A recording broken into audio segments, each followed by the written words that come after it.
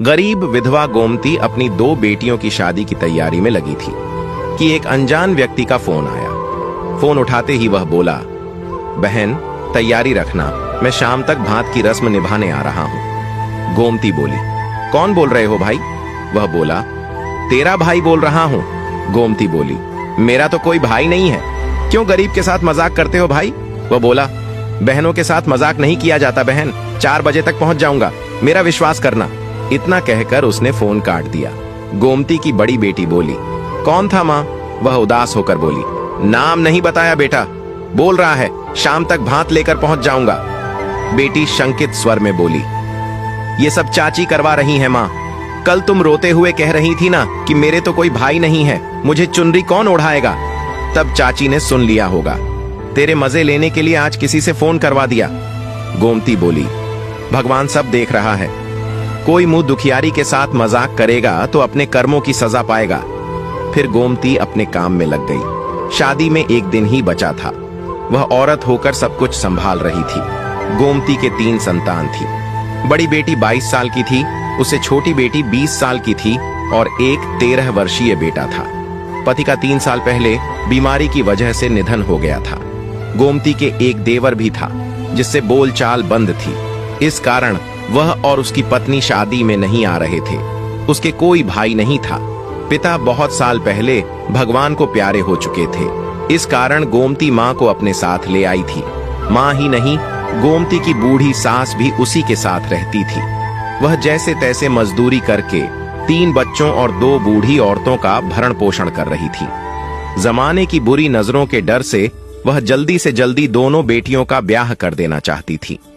शादी में एक दिन बचा था कि अचानक उस अजनबी का फोन आ गया कि वह भात की रस्म निभाने आ रहा है। उस अजनबी की आवाज सुनकर पता नहीं क्यों गोमती का दिल कह रहा था कि वह आएगा, वह जरूर आएगा। गोमती की आर्थिक हालत ऐसी थी कि वह छोटा सा टेंट भी अफोर्ड नहीं कर सकती थी। आने वाले अजनबी भाई के स्वागत की क्या तैयारी करती? बचपन से लेकर अब तक एक कमी उसे हमेशा रुलाती थी कि उसके कोई भाई नहीं है। बच्चों की शादी के समय तो ये कमी शूल बनकर चुभने लगी थी। हर औरत की ख्वाहिश होती है कि उसके कम से कम एक भाई तो जरूर हो, ताकि बच्चों की शादी पर वह उसे चुनरी ओढ़ाकर हिम्मत बंधाए, थोड़ी आर्थिक सहायता भी करे। शाम के 4 बजने वाले थे। विश्वास न होते हुए भी गोमती और उसके बच्चों की नजर घर के मुख्य द्वार पर टिकी थी कि शायद वह फोन सच हो और वह अजनबी भात लेकर आ जाए। जैसे ही 4 बजे एक चमचमाती लग्जरी कार उसके घर के गेट के आगे आकर रुकी। फिर दूसरी गाड़ी आई, फिर तीसरी, फिर देखते ही देखते गाड़ियों की लाइन लग गई। 50 गाड़ियां एक साथ आने से गांव की गलियां गाड़ियों से भर गईं। पूरे गांव में खलबली मच गई। लोग अपने घरों की छतों पर चढ़कर ये नजारा देखने लगे। गोमती तो जैसे पागल सी हो गई थी। सोच रही थी ये कैसा भाई है, ये तो पूरी फौज लेकर आ गया, इतने लोगों को कहां बैठाऊंगी?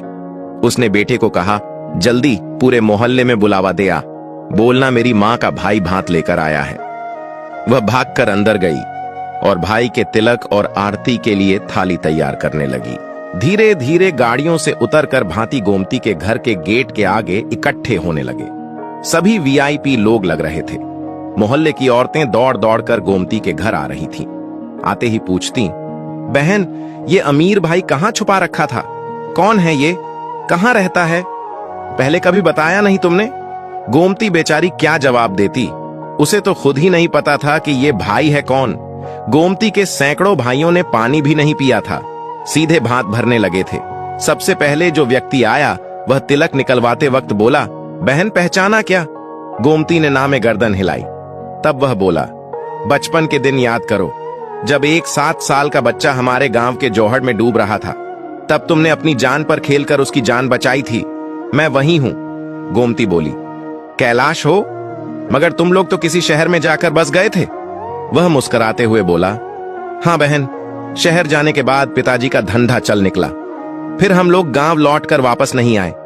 मैं तो सब कुछ भूल चुका था, मगर पिछले महीने पापा ने याद दिलाया कि एक लड़की का बहुत बड़ा आभार है तुम पर, वो जरूर उतारना। तब मैंने अपना एक आदमी भेजकर तुम्हारा पता लगवाया।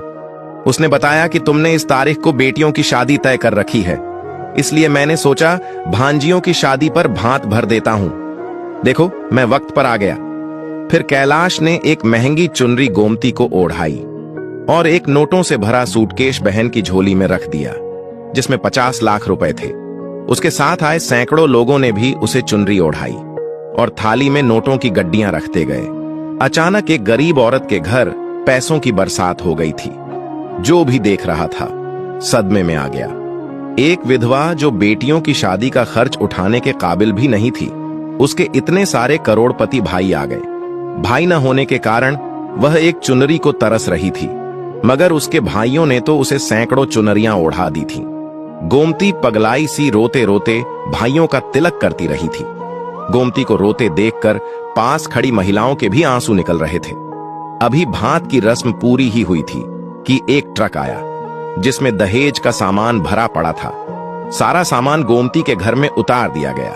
सारे सामान को सभी आंखें फाड़ कर देखने लगे, क्योंकि इतना कीमती सामान किसी ने भी अपनी बेटी को नहीं दिया था। कैलाश बोला, अब चलता हूं बहन, ये मेरा एड्रेस और फोन नंबर है।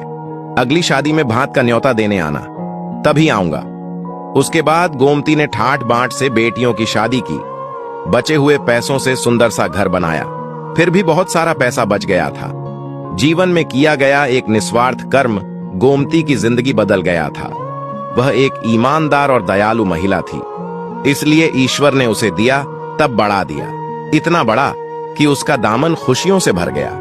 वीडियो कैसी लगी कमेंट्स जरूर कीजिएगा।